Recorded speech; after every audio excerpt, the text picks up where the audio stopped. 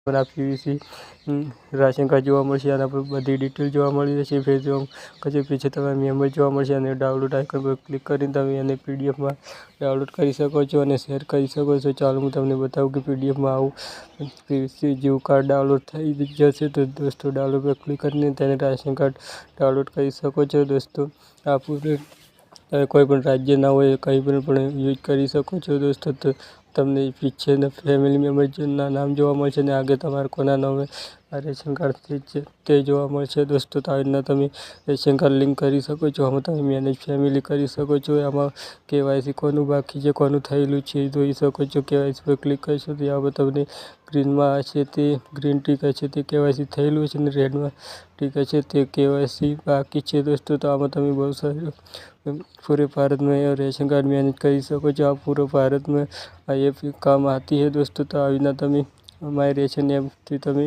દોસ્તો આ પર તમે સેલરી રિસીપ્ટ બિલ પણ નીકાળી શકો છો। કેટલા વાર તમે લાવ્યું છે અને તે પણ જોઈ શકો છો। બહુ સારી ઓપ્શન છે। સેલરી રિસીપ્ટ પણ જોઈ શકો છો। દોસ્તો તો આ ગરીબ કલ્યાણ યોજના ભારત સરકાર